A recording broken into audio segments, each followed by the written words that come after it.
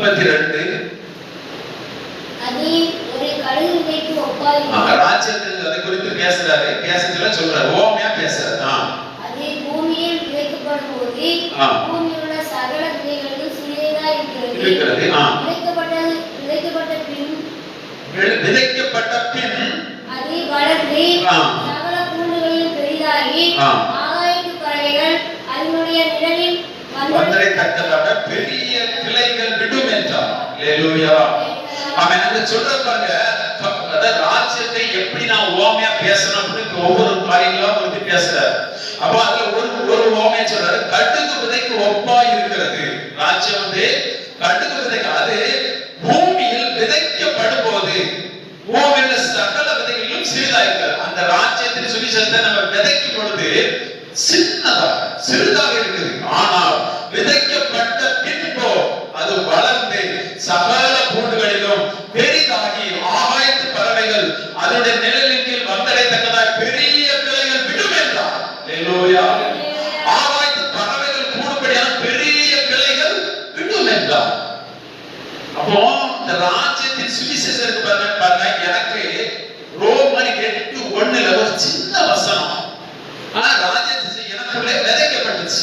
ஒரு சின்ன வசனம் விதைக்கப்பட்டுச்சு. கிறிஸ்துவுக்குள்ளாக மாம்சத்தின்படி நடவாமல் ஆவிப்படி நடக்கிறவர்களே ஆக்கினை தீர்ப்பு இல்லை என்கிற அந்த ராஜ்யத்தின் தன்மை யோசிக்க ஆரம்பிச்சோம். ஒரு சின்ன கட்டுகளவு ஒரு வார்த்தை எனக்குள்ள வந்துச்சு.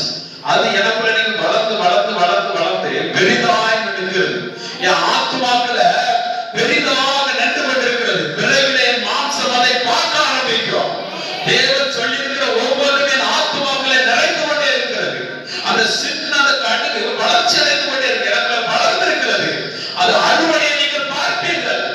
அமைந்த திருச்சபையில் வளர்ந்து கொண்டே இருக்கிறது. அது கிளைகளுக்கு வளர்ந்து கொண்டே இருக்கிறது. ஒரு நாள் அறுவடை உண்டாகும். கர்த்தர் விளைய செய்வார். விதையை போட்டவர் அவர் எனக்குள் விளைய செய்கிறார். எனக்குள் வளர்ச்சி அடை பண்ணுகிறார். நான் அந்த பலனை பார்ப்பேன். அல்லேலூயா. நேற்றைய தினத்துல நான் வேலை செய்து கொண்டிருக்கும் பொழுது அங்க ஏரியாவில் பெரிய பெரிய மரங்கள் உண்டு. அந்த ஒரு வேப்ப மரம், பெரிய மரம், அதை பார்க்க சொல்ல எனக்கு ஒரு உணர்வு வருது. இப்படிதான் சபை கிளைகளாய் பரவும். இப்படிதான் சபை ஒவ்வொரு தொப்பும் ஒவ்வொரு சபையாக மாறும். அப்படியே பிரபலமாக மாற ஆரம்பிக்கும். இன்னைக்கு காலையில இந்த வார்த்தையை படிக்கும் பொழுது எனக்கு நேற்று பார்த்த அந்த உணர்வு வருது. அங்க என்ன சொல்லுவாங்க, அந்த நெல்லே வந்தடைத்தக்கதாய் பெரிய கிளைகள் விடும் என்றார். அல்லேலூயா. அந்த கிளைகள் எல்லாம் சபைகளாக மாறும். ஆமென். ஏதோ நம்ம இப்படி இருக்கிறதல்ல. விரைவில் இந்த இடமெல்லாம் நிரப்பப்படும். எல்லைகள் விரிவாக்கப்படும். போற இடமெல்லாம் நாமே ஸ்தாபிக்கப்படும். ஆமென். பெரிய பெரிய ராஜாக்கள் வந்து நிற்பார்கள். அல்லேலூயா. அவர்கள் முழங்காலுமே தேவனுக்கு முன்பு முழங்கும். ஆமென். ஆமென். அவருடைய வார்த்தை இதெல்லாம் என்ன, அதை ஏற்றுக்கொள்ளக்கூடிய தன்மை நமக்குள்ள வேணும். அதுக்கு தான் சுவிசேஷத்தை உங்களுக்கு அறிவித்துக் கொண்டே இருக்கிறோம். அதுக்கு தான் கேட்டறிய திராணிக்கத்தக்கதாக அவர் ஓமையான வசனங்களை போதிச்சு கொண்டிருந்தார். ஒரு வார்த்தை சொன்னாரு, அதாவது சூரியன் உதிக்கும் திசை தொடங்கி அது அஸ்தமிக்கும் திசை வரையில் உள்ள ஜனங்கள் எல்லாம் கர்த்தரே தெய்வம் என்று சொல்லும்படியாக நான் இன்றைக்கு உன்னை இடை கட்டினேன். நீ என்னை அறியாதிருந்தோம், நான் உன்னை இடை கட்டினேன். எதுக்கு தெரியுமா? பூமியில சூரியன் உதிக்கும் திசை தொடங்கி அது அஸ்தமிக்கும் திசை உள்ள எல்லாருடைய முழங்கால்களும் எனக்கு முன்பு முழங்கும் என்று. அல்லேலூயா. இந்த வார்த்தைகளை நமக்கு சொல்ல மாட்டாங்க. இந்த வார்த்தைகளை சொன்னாலும் ஏற்றுக்கொள்ளக்கூடிய திராணி ஜனங்களுக்கு இல்லை. அந்த ஆத்துமா எல்லைகள் பிரிவாக்கப்படாம அப்படியே சுருங்கி போயிருக்கு. ஆத்துமா ஒரு என்ன, நம்ம அநேக கிறிஸ்துவ ஆத்மா எனக்கு ஒரு தலைவலி இயேசு சுகமாக்கிடுவார், ஒரு மண்டவலி இயேசு சுகமாக்கிடுவார், ஒரு 1000 ரூபாய் காட்டாம இயேசு சுகமாக்கி தந்துருவார். இந்த குறுகிய எண்ணத்துக்குள்ள கிறிஸ்தவம் இருக்கிறதுனாலதான் அவருடைய மகிமை விளங்க முடியாம இருக்கிறது. அவர் நம் எல்லைகளின் எண்ணத்தின் எல்லைகள் விரிவாக்கப்படணும். கிறிஸ்துவுக்குள்ளாக நாம் எப்படிப்பட்டவர்களாக இருக்கிறோம் என்பதை நீங்கள் அறிந்து கொள்ளணும். அல்லேலூயா. அதுதான் அவர் சொல்லி, கேட்டறிய திராணிக்கு, கேட்டு அறிந்த திராணிக்கு தக்கதாய் உங்களை அழைத்தவர் யார் என்று நினைங்க. உங்களுக்குள்ள இருக்கிறவர் எப்படிப்பட்டவர் என்று நினைங்க. உங்களுக்குள்ள இருக்கிறவருடைய அதிகாரம் எப்படிப்பட்டது என்று நினைங்க. உங்களுக்குள்ள இருக்கிறவரை நம்பினால் நம்ம முற்பிதாக்கள் எப்படி ஜெயித்தார்கள் என்பதை நீங்கள் அறியுங்க. அதே தேவன் எனக்குள்ள இருக்கிறார், ஆளுகை செய்வேன் என்று சொல்லி இருக்கிறார். இந்த பூமியில நாம் அடிமை அல்லேலூயா. ஒரு அடிமை என்றால் நீங்க அவங்களுக்கு கீழே இருக்கணும். ஆளு என்றால் நமக்கு கீழே வந்து இருக்கிறோம். அல்லேலூயா. இந்த உலகத்திற்குரியவர்கள் அவர்களுக்கு கீழே நம்மள வைக்கல, நமக்கு கீழே நம்மளை வைத்திருக்கிறார். அதுல தேவன் இயேசு கிறிஸ்து ஜெயித்திருக்கிறார். அல்லேலூயா. உலகத்தின் அதிபதி நமக்கு மேற்பட்டவன் அல்ல, அவன் தோற்று போனவன். சிலுவையிலே இயேசு அவனை ஜெயித்தார். நல்லா கவனிச்சு கொள்ளணும். இந்த பூமி, இந்த உலகத்தின் அதிபதி யாரு? பிசாசு. அவன் நமக்கு மேற்பட்டவன் அல்ல. அவனை குறித்து அவன் அப்படியா இப்படியாங்கிறது அவனை குறித்து பெருசாய் படம் எடுப்பதற்கு அவன் நம்மளே, அவன் தோற்று போனவன். அவன் தலையவர் சிலுவையில நசுக்கினான், எல்லாவற்றிலும் நம்ம வெற்றி சிறக்க பண்ணினான். இன்னைக்கு அவனுக்கு அவன் கந்தரம், அவன் அப்படி இப்படி சபையில அநேகருக்கு அவனை குறித்து தான் அதிகமா பேசப்படுது. தேவனுடைய நீதி குறித்து பேசுவது குறைவா இருக்குது. கிறிஸ்துவின் நீதி குறித்து எங்க பேசப்படுது? பாவத்தை குறித்து பேசப்படுது. நீ இப்படி பேசுற பாவம் என்ன, பாவம்னா எப்படிப்பட்டது யாருக்கு இப்ப தெரிய ஆரம்பிக்குது தெரியுமா? கிறிஸ்தவங்களுக்கு தான் தெரிய ஆரம்பிக்குது. அது முழுக்க முழுக்க பெந்தேகோஸ்தேல இருக்கிறவங்களுக்கு அதிகமா இந்த ட்ரெஸ் இப்படி போட்டா பாவம், தலையில இப்படி கட்டலாம் பாவம், எல்லாம் பாவம் பாவம் பாவம்னு அப்ப இருதயம் பூரா பாவத்தினால நிறைஞ்சு நிக்குது. அவங்களால சுதந்திரமா இருக்கல, நிறைஞ்சு நிக்குது. கிறிஸ்து இதுக்கெல்லாம் சட்டத்திட்டங்கள், நியாயப்பிரமாண சட்டத்திட்டங்களை சிலுவையில அடித்தார் என்பதை சொல்ல முடியல. கிறிஸ்துவின் நீதினால் நாம் மீட்கப்பட்டிருக்கிறோம் என்பதை சொல்ல முடியல. இந்த பாவத்துக்கு எல்லாத்துக்கும் இயேசு சுமந்து தீர்த்து நீதிமானாய் மாற்றிருக்கிறார் என்று சொல்ல முடியல. கிறிஸ்துவின் நீதியை குறித்து பேசுகிற திருச்சபை குறைவு. அல்லேலூயா. பாவத்தை குறித்து பேசுகிற திருச்சபை அதிகம் இருக்கிறது. ஆனால் பாவத்துக்கு உண்டான காரியங்களை இயேசு செய்து முடித்தார் என்று சொல்லுவது குறைவு. ஆனபடினால்தான் இன்னைக்கு ஜனங்கள் பாவத்திலிருந்து மீள முடியாம தவிச்சிட்டு இருக்கிறாங்க. இன்னைக்கு கிறிஸ்தவருடைய பெரிய ஒரு வேதனை என்ன தெரியுமா? பாவத்திலிருந்து மீளணும் மீளணும் மீளணுங்கிறதுக்காக போராடி கொண்டிருக்கிறாங்க. ஆனா இயேசு கிறிஸ்து மீட்டார் என்பதை சபை சொல்ல மறுக்கிறது.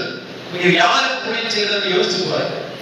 சபை இயேசு அதை செய்து முடித்திருக்கிறார் என்பதை சொல்லும் பொழுது நான் விடுதலையா, நான் பாஸ் ஆயிட்டனா அப்படி நினைச்சா நம்ம இருதயம் எப்படி மகிழும் பாருங்க. என்னை பாஸ் ஆயிட்டு ஒரு பாஸ் ஆகி இருக்கிறாரா அப்படின்னா பாஸ் ஆகினவர் மேல எவ்வளவு ஒரு அன்பு வரும்னு யோசிச்சு பாருங்க. இன்னும் நம்ம பரிச்சயத்திலே இருக்கோம். பாவத்திலிருந்து எப்படியா மீளணும், பாவத்திலிருந்து எப்படியா மீளணும். மேலானவர்கள் மேலானதை தேடுறோம். மறுபடி பிறந்தவர்களுக்கு பாவத்துக்கு சொந்தக்காரங்க இல்ல. பாவத்திலிருந்து நம்மளை மீட்டெடுத்திருக்கிறார். இந்த பிரபஞ்சத்திலிருந்து நம்மளை மீட்டெடுக்கும்படி அவர் தம்முடைய சரீரத்தினாலே இந்த பிரபஞ்சத்திலிருந்து நம்மளை மீட்டெடுத்தார். இந்த பிரபஞ்சத்துல இருக்கும் வரையிலும் பாவம் உண்டு. ஆனா நம்மளை இந்த பிரபஞ்சத்திலிருந்து மீட்டெடுத்திருக்கிறார். எத்தனை விசுவாசிகள் நான் என்னை மீட்டெடுத்திருக்கிறார் என்று எத்தனை பேர் இருதயத்துல விசுவாசிக்கிறீங்களோ அவங்களுக்குள்ளதான் தேவனுடைய நீதி வேலை செய்யும். அவங்களுக்குள்ளதான் கிறிஸ்துவின் மகிமை வேலை செய்யும். அவங்களுக்குள்ளதான் கிறிஸ்துவின் அன்பு வேலை செய்யும். அவங்களுக்குள்ளதான் பரிசுத்த ஆவியானவர் அவரை சகல சத்தியத்துக்குள்ள நடத்துவார். அல்லேலூயா. நான் நியாயப்பிரமாணத்துல இருக்கும் பொழுது இந்த பைபிளை எத்தனையோ தடவை படிச்சிருக்கிறேன். வசனம் வெளிச்சம் எனக்கு இருக்காது.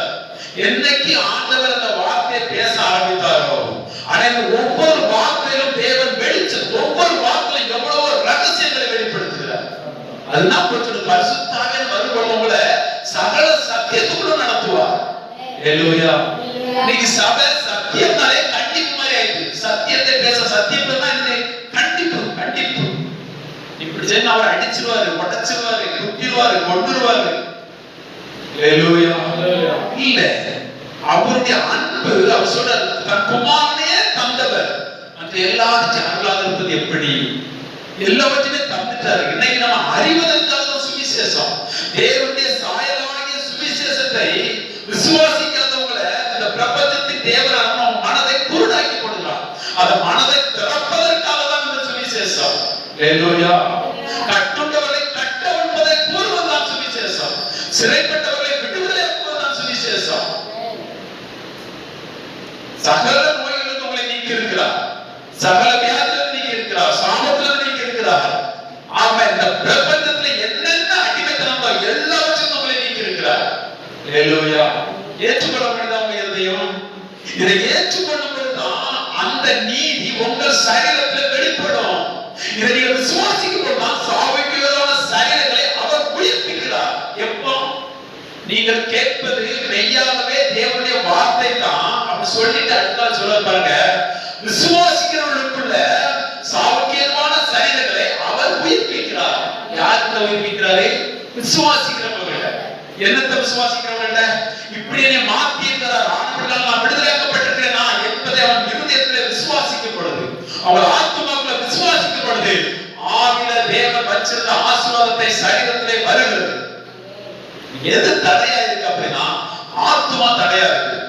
ஏன்னா ஆத்துமா இவ்வளவு நாள் பாவ உலகத்துல கிடந்ததுனால, அந்த ஜென்மத்துல கிடந்ததுனால அதுல இருந்து வெளியே விட முடியாம தவிச்சு கொண்டிருக்குது.